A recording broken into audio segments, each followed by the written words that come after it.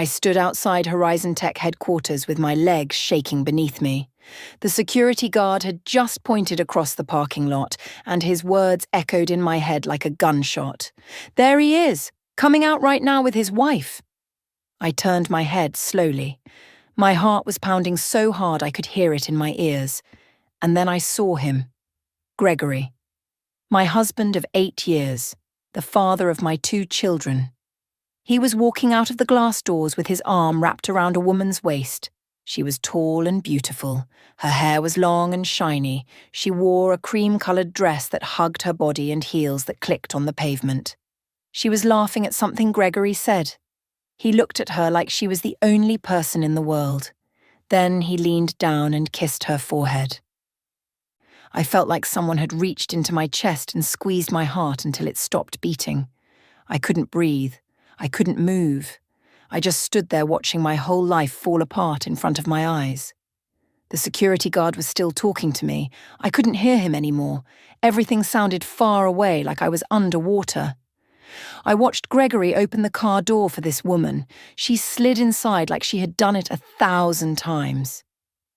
He walked around to the driver's side, and before he got in, he looked back at the building and smiled. He never saw me. He had no idea I was standing there watching him destroy everything we built together. My legs finally gave out. I grabbed the edge of the security desk to keep from falling. The guard asked if I was okay. I nodded, but I wasn't okay. I would never be okay again. Let me go back to where this all started. 2 weeks before that terrible moment outside the building. It was a Tuesday night, and Gregory came home late again. This was nothing new. For the past 2 years, he had been coming home late almost every night. He always had the same excuse. Work was crazy. The company was growing. He had meetings and calls and deals to close. I always believed him. Why wouldn't I? This was the man I fell in love with when he had nothing. When I met Gregory, he was a struggling accountant working out of a tiny office. He wore the same 3 suits every week. He drove a car that broke down every other month. But he had dreams, big dreams, and he worked harder than anyone I ever knew. I supported him through all of it. I worked 2 jobs so he could save money to start his company. I packed his lunches. I stayed up late helping him practice his pitches. I believed in him when nobody else did. And it worked. Horizon Tech became huge. Gregory became a CEO. We moved into a big house in a nice neighborhood. Our kids went to private school. We had everything we ever wanted. But somewhere along the way, I lost my husband. That Tuesday night, Gregory walked in around 11. I was sitting on the couch waiting for him. The kids were already asleep. He came through the door looking tired, but there was something else. A kind of energy I couldn't explain. He kissed my cheek quickly and said he was going to shower. When he walked past me, I smelled it. Perfume. Not my perfume. Something expensive and heavy. It clung to his shirt like a ghost. I didn't say anything. I told myself it was nothing. Maybe someone hugged him at a meeting. Maybe it was his secretary's perfume from sitting too close. I pushed the thought away because I didn't want it to be true. The next morning, I was putting away Gregory's dry cleaning when I found it. A receipt in his jacket pocket. It was from a jewelry store downtown, a very expensive jewelry store. The receipt said he bought a diamond bracelet. The price made my eyes go wide. I stood in our closet holding that receipt with my hands, shaking. Gregory had never bought me a diamond bracelet. Not for my birthday, not for our anniversary, not for Christmas. So who was it for? I wanted to ask him. I almost did. But then I stopped myself. Maybe it was a surprise for me. Maybe he was planning something special. Our anniversary was coming up in 2 weeks. That had to be it. He was planning a surprise. I put the receipt back in his pocket and tried to forget about it, but I couldn't forget. The next few days, I watched Gregory more carefully. I noticed things I had ignored before. His phone was always face down on the table. He took calls in the other room with the door closed. He was on his laptop late at night and closed it quickly when I walked in. I told myself I was being crazy. I was imagining things. Gregory loved me. He would never betray me. Then my mother came to visit. Mama Lou has never liked Gregory. She didn't trust him from the first day I brought him home. She said he had slippery eyes. She said a man who wanted to be rich that badly would do anything to get there. I always defended him. I told her she was wrong. I told her she didn't know him like I did. That weekend, Mama Lou sat with me in the kitchen while Gregory was at work. She looked at me with those sharp eyes that saw everything. "Baby girl," she said, "something ain't right in this house." I told her everything was fine. She shook her head. "You got shadows under your eyes. You jump every time your phone makes a sound, and that man ain't looked at you once since I got here. Not once." I started to argue with her, but she held up her hand. "I ain't trying to start trouble. I'm just telling you what I see. A woman should never be afraid to look at the truth, even when it hurts."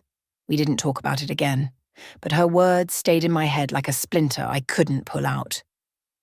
The next Friday, Gregory called me in the afternoon. He said he had bad news. He had to cancel our anniversary dinner. There was an emergency board meeting that night. He couldn't get out of it. He said he would make it up to me. I said I understood. I told him it was okay. But when I hung up the phone, I sat at the kitchen table and cried. That night around 8 o'clock, Gregory called again. He said the meeting was running long. He wouldn't be home until midnight. I could hear noise in the background, voices, music. And then, just before he hung up, I heard something that made my blood run cold. A woman's voice, close to the phone. She said, "Greg, come on, they're waiting for us." The call ended. I stared at the phone in my hand. That was the moment I made my decision. Tomorrow I would go to his office. I would surprise him with lunch. I would see for myself that everything was fine. I had no idea that tomorrow would be the day my whole world would burn to the ground. I barely slept that night. I lay in bed staring at the ceiling while Gregory snored beside me. He had come home after midnight smelling like alcohol and that same perfume. He didn't even try to hide it anymore. He just climbed into bed and passed out like nothing was wrong. I watched him sleep and wondered who this man was. He looked like my husband. He had the same face I fell in love with 10 years ago. But something behind that face had changed. Something I couldn't see but could feel in my bones. The next morning I woke up early and made breakfast for the kids. My daughter Zoe was 7 and my son Marcus was 5. They were the best things in my life, the only things that made sense anymore. I packed their lunches and drove them to school. I smiled and waved and pretended everything was normal. Then I went home and got ready. I spent an hour picking out my outfit. I wanted to look nice for Gregory. I chose a blue dress he always said he loved. I did my hair and put on makeup. I even wore the pearl earrings he gave me for our 5th anniversary. I looked at myself in the mirror and tried to see what he saw. Was I still pretty enough? Was I still good enough? I hated myself for thinking that way, but I couldn't help it. I stopped at Gregory's favourite restaurant and picked up lunch for 2, steak sandwich and sweet potato fries. His favourite. I put it in a nice bag with napkins and plasticware. I was going to surprise my husband at work. We were going to have lunch together like we used to when he first started the company. Everything was going to be fine. The drive to Horizon Tech took 30 minutes. The building was downtown in the business district. I had never been there before. Gregory moved the company to this new headquarters 2 years ago, but he always said it was too hectic for me to visit. He said he would give me a tour when things calmed down. Things never calmed down. I pulled into the parking lot and looked up at the building. It was tall and modern with walls of glass that reflected the sky. The Horizon Tech logo was huge across the front. I felt proud of Gregory in that moment. He built this. He started with nothing and created something amazing. I walked toward the entrance carrying the bag of food. That's when I saw the sign on the door. Authorized personnel only. I almost turned around, but then I told myself that was silly. I was the CEO's wife. Of course I was authorized. I pushed through the door and walked into the lobby. It was beautiful. High ceilings, marble floors, modern furniture. A huge reception desk sat in the center with a security station beside it. A man in a uniform sat behind the station. He was older, maybe in his 50s, with grey hair and kind eyes. I walked up to him and smiled. "Good afternoon," I said. "I'm here to see Gregory Patterson. I'm his wife." The man looked at me. His name tag said Raymond. He didn't smile back. Instead, his face did something strange. He looked confused, then almost amused, then something like sad. "I'm sorry," he said. "Did you say you're Mr. Patterson's wife?" "Yes." I held up the bag. "I brought him lunch. I wanted to surprise him." Raymond leaned back in his chair. He studied my face like he was trying to figure something out. "Mom," he said slowly, "I see Mr. Patterson's wife every day. She was just here about 30 minutes ago. She went upstairs to his office." I felt the floor tilt beneath me. I grabbed the edge of the desk. "That's not possible," I said. "I'm his wife. We've been married for 8 years. We have 2 children." Raymond shook his head. He looked uncomfortable now, like he wanted to be anywhere else. "I don't know what to tell you, Mom, but I know Mrs. Patterson. She's been coming here for years." Before I could say anything else, Raymond looked past me toward the elevator. His face changed. "Actually," he said, "there he is right now, coming out with his wife." I turned around. The elevator doors had just opened, and there was Gregory, my Gregory, walking out with his arm around a woman. She was younger than me, maybe late 20s. She had long dark hair and perfect skin. She wore a cream-colored dress and designer heels. On her wrist was a diamond bracelet that caught the light, the bracelet from the receipt. Gregory was smiling at her.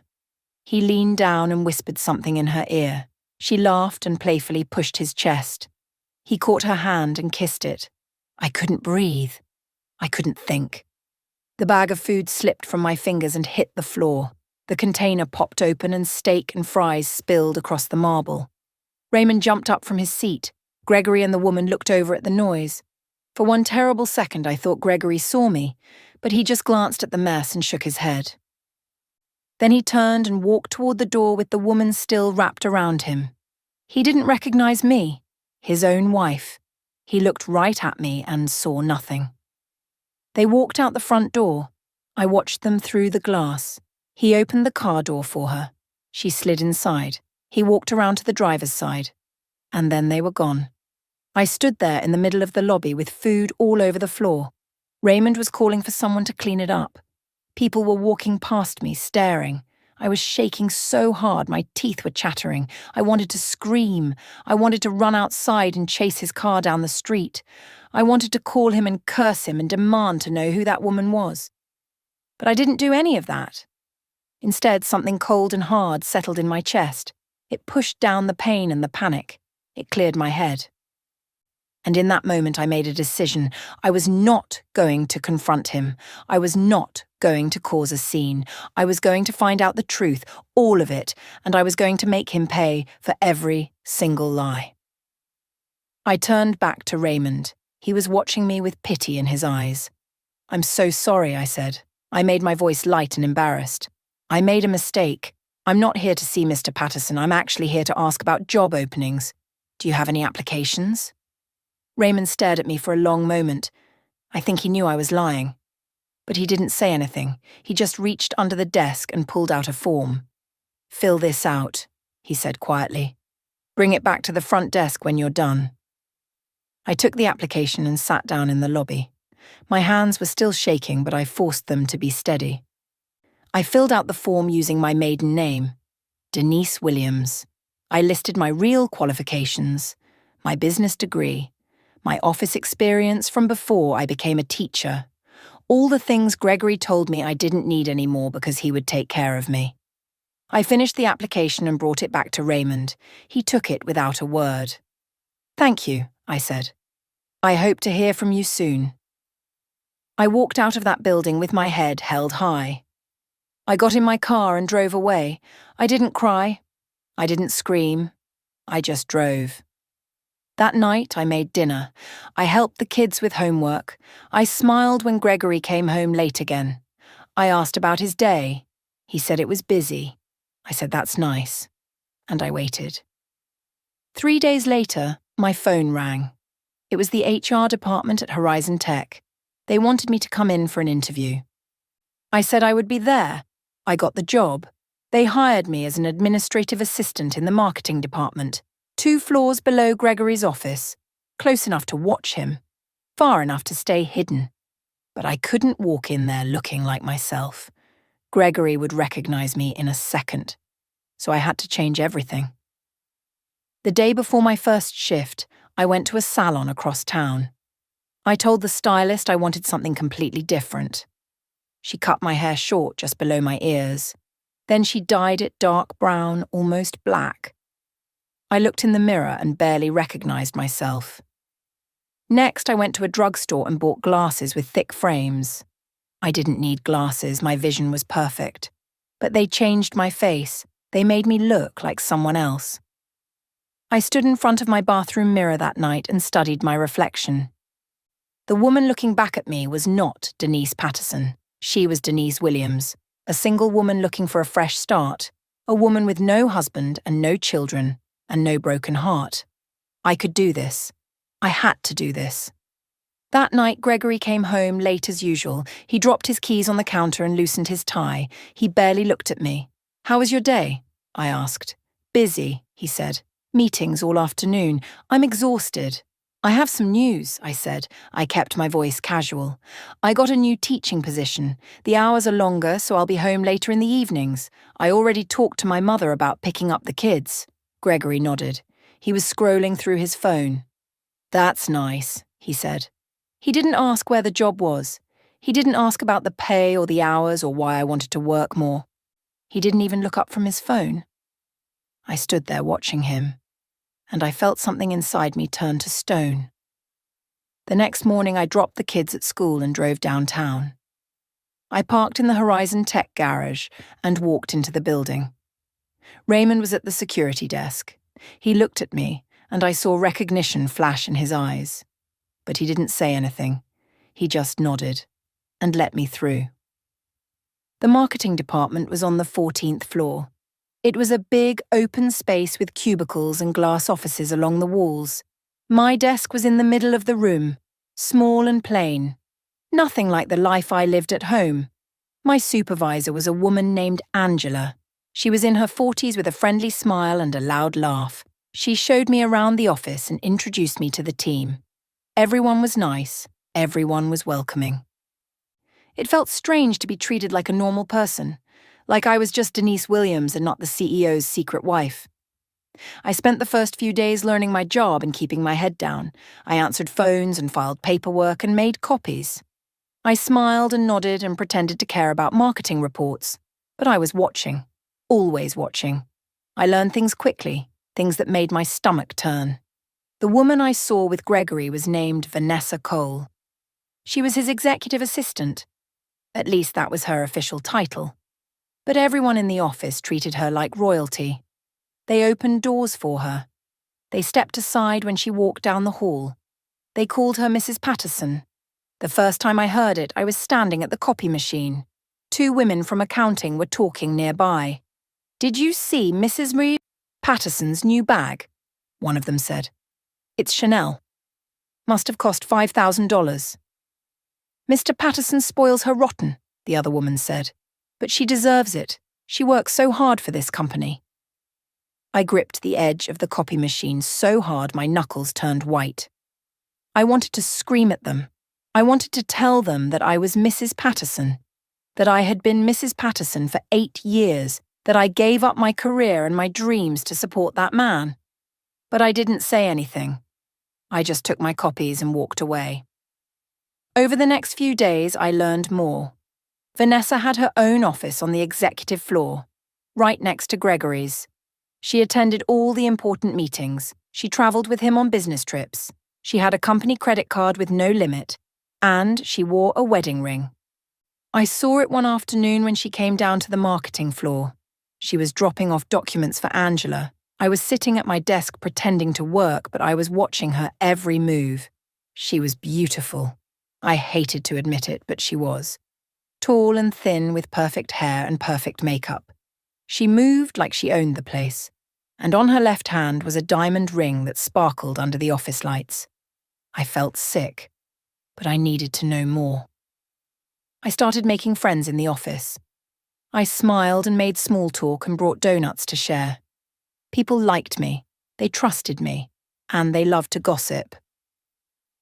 There was one woman in particular. Her name was Paula. She worked in marketing and had been with the company for 5 years. She knew everything about everyone, and she loved to talk. One afternoon, I asked Paula about Vanessa. I kept my voice light and curious, like I was just a new employee trying to understand the office dynamics. Paula leaned in close. Her eyes were bright with gossip.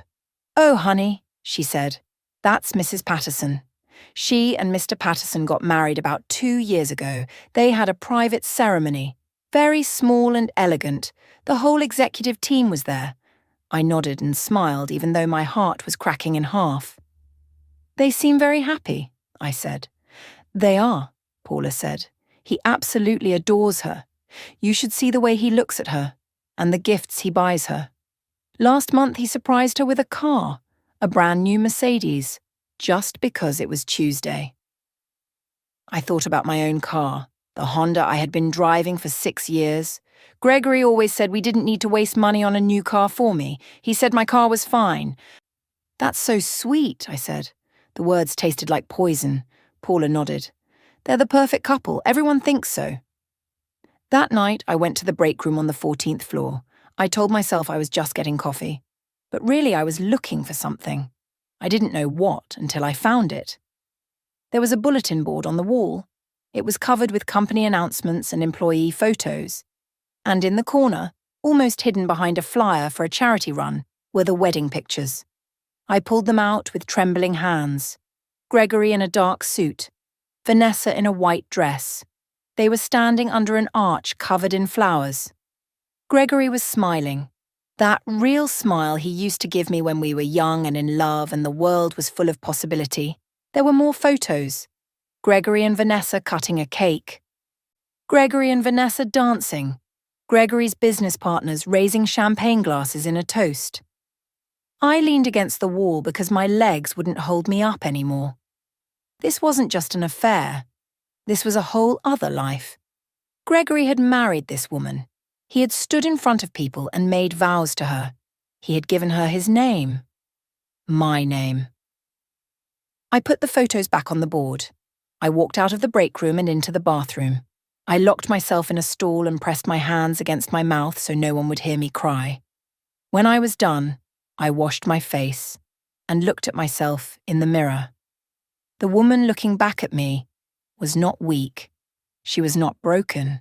She was angry. I took out my phone and called Tiffany. "I need your help," I said. "I need to find out everything. And I need to make him pay." Tiffany came to my house that night after the kids were asleep. I told Gregory I was having a girls' night with an old friend. He didn't care. He just nodded and said he had work to do in his office. He didn't even ask who was coming over. Tiffany sat at my kitchen table with her laptop open and a notebook beside her. She was a journalist. Digging up secrets was what she did best, and she was furious on my behalf. "I'm going to destroy him," she said. "By the time I'm done, he won't have a company or a reputation or a single dollar to his name."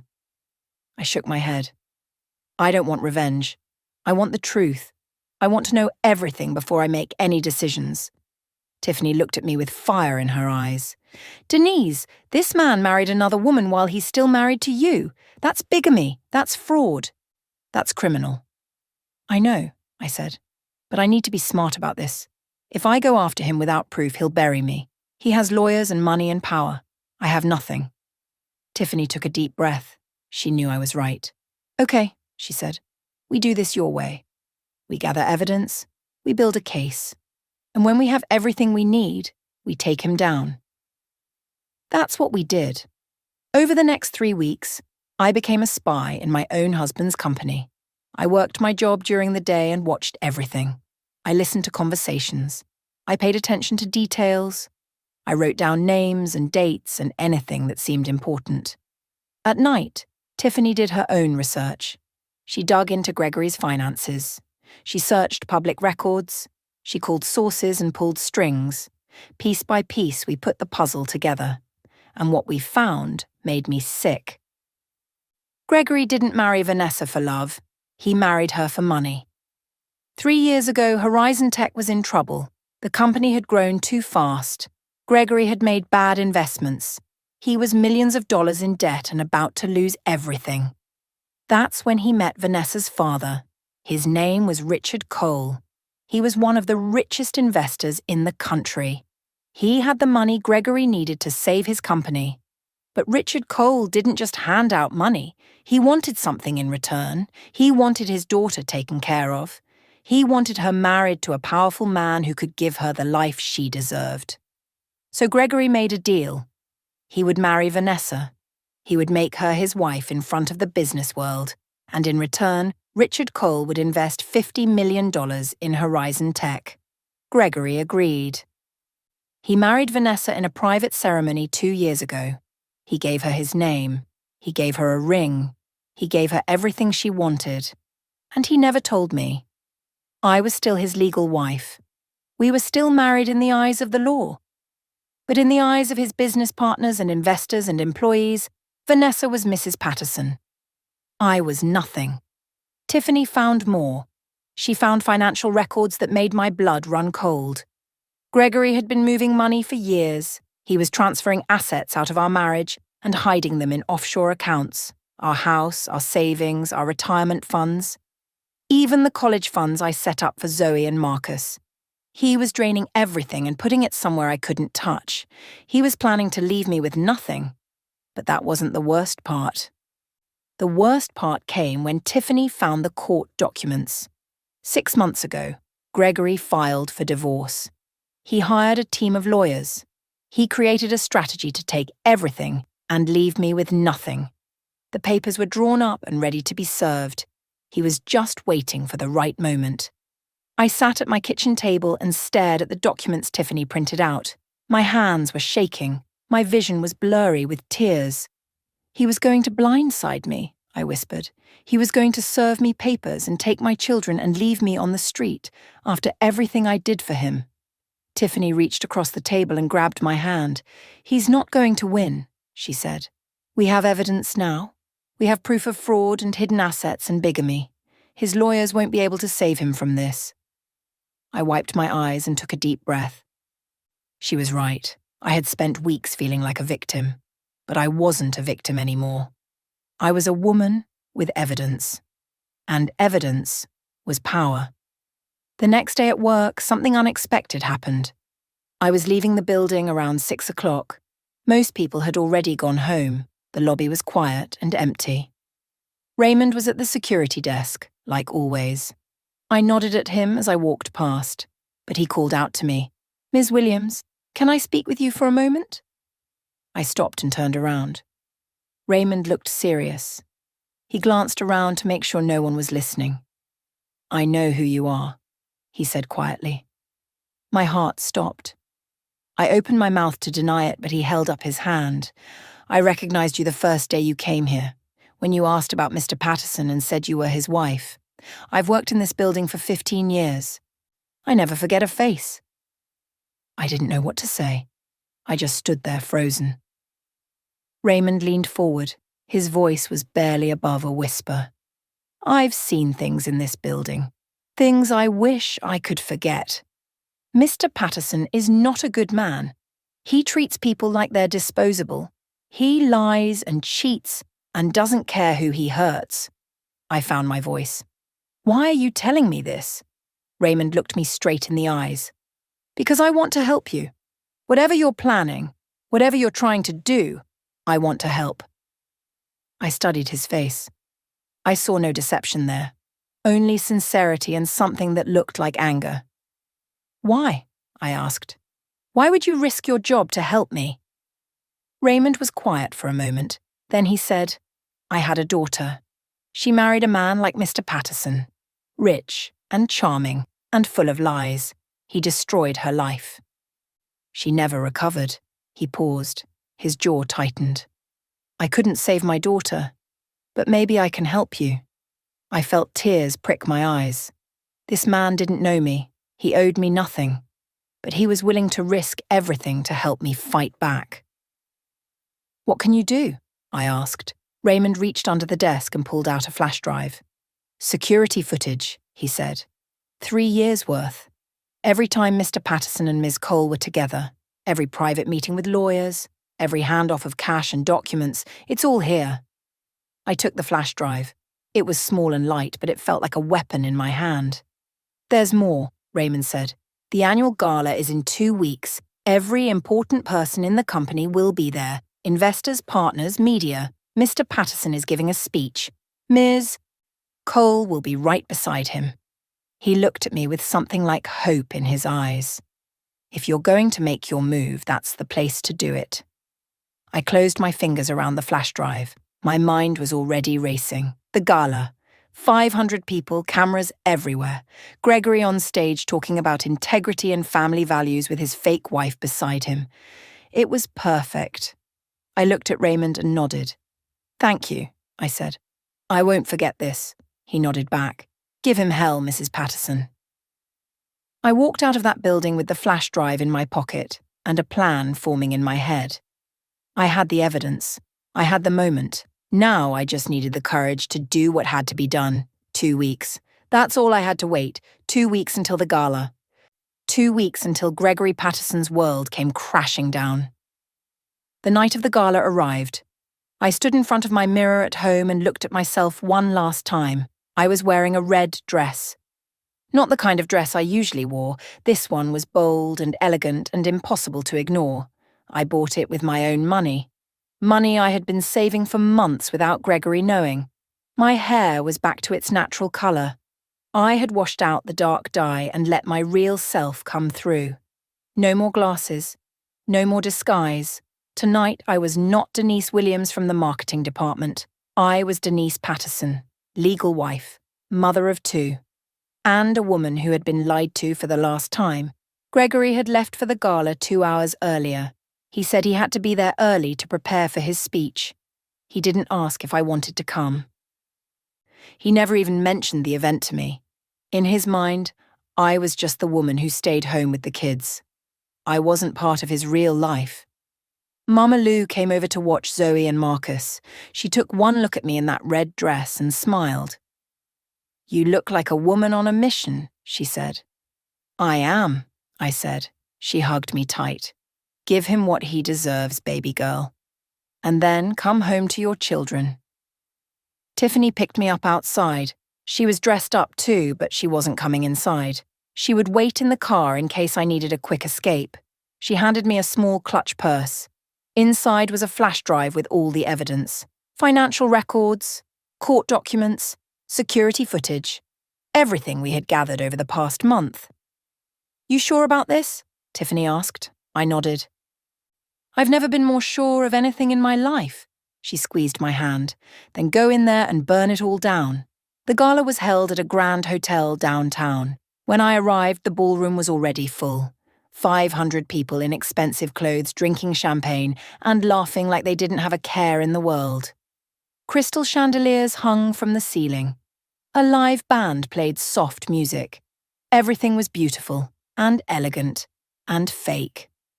I walked through the crowd with my head held high. People looked at me. Some of them recognized me. I saw confusion on their faces. They knew me as Gregory's wife, but they also knew Vanessa as Gregory's wife. They didn't know what to make of seeing me here. I spotted Gregory across the room. He was standing near the stage with Vanessa beside him. She was wearing a silver dress that sparkled under the lights. The diamond bracelet was on her wrist. The wedding ring was on her finger. She was laughing at something one of the investors said. Gregory looked happy, relaxed. He had no idea what was coming. I didn't approach him. Not yet.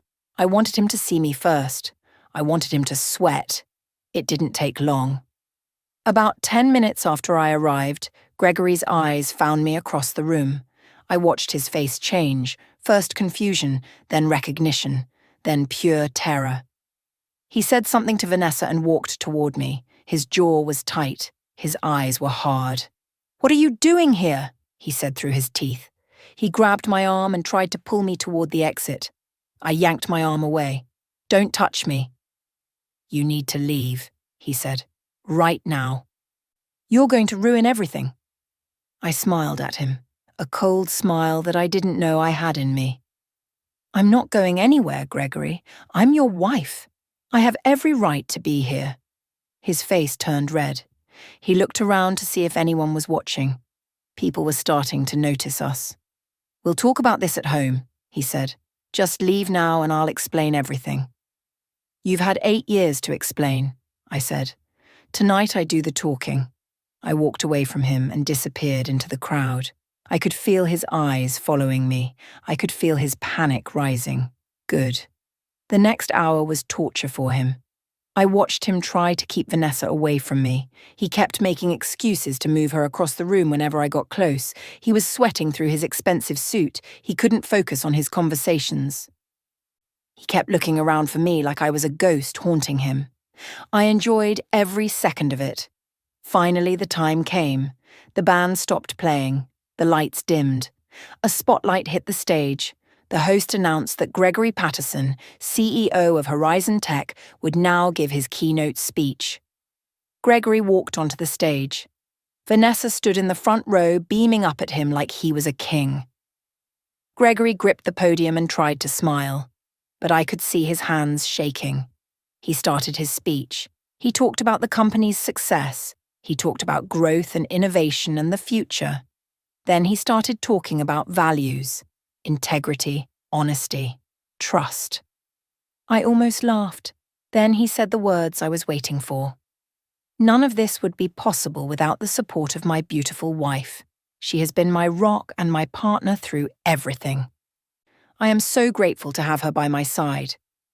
He looked down at Vanessa. She blew him a kiss. The audience applauded. That was my cue. I walked toward the stage. People moved out of my way. Maybe it was the look on my face, maybe it was the red dress, but no one tried to stop me. I climbed the steps to the stage. Gregory saw me coming and his face went white. He tried to say something, but no words came out. I took the microphone from his hand. "Good evening, everyone," I said. My voice was steady and clear. "My name is Denise Patterson. I have been married to Gregory Patterson for 8 years. We have 2 children together. I am his legal wife." The room went silent. I could see people looking at Vanessa, then at me, then back at Vanessa. "The woman Gregory just thanked is not his wife," I continued.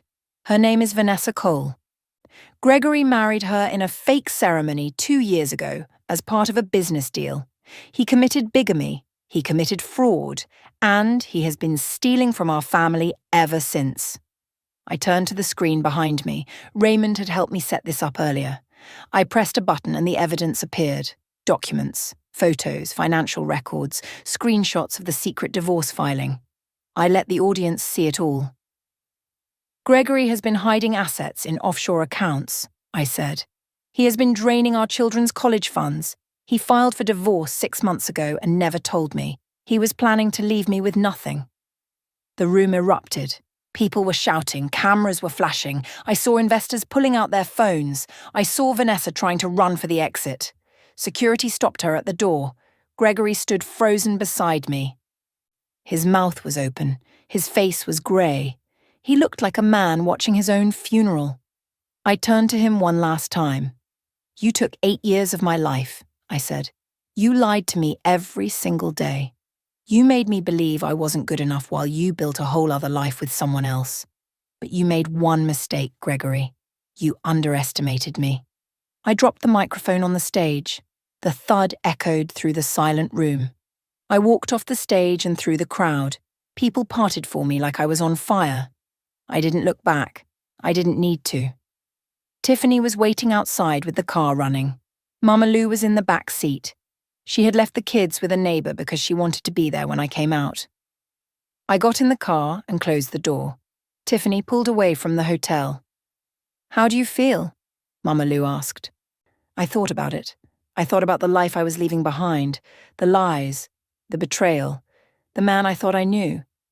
Then I thought about the life ahead of me, my children, my freedom, my future. "I feel free," I said. Mama Lou took my hand and squeezed it. "That's my girl," she said.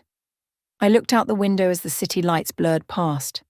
I didn't know what tomorrow would bring. I didn't know how hard the road ahead would be.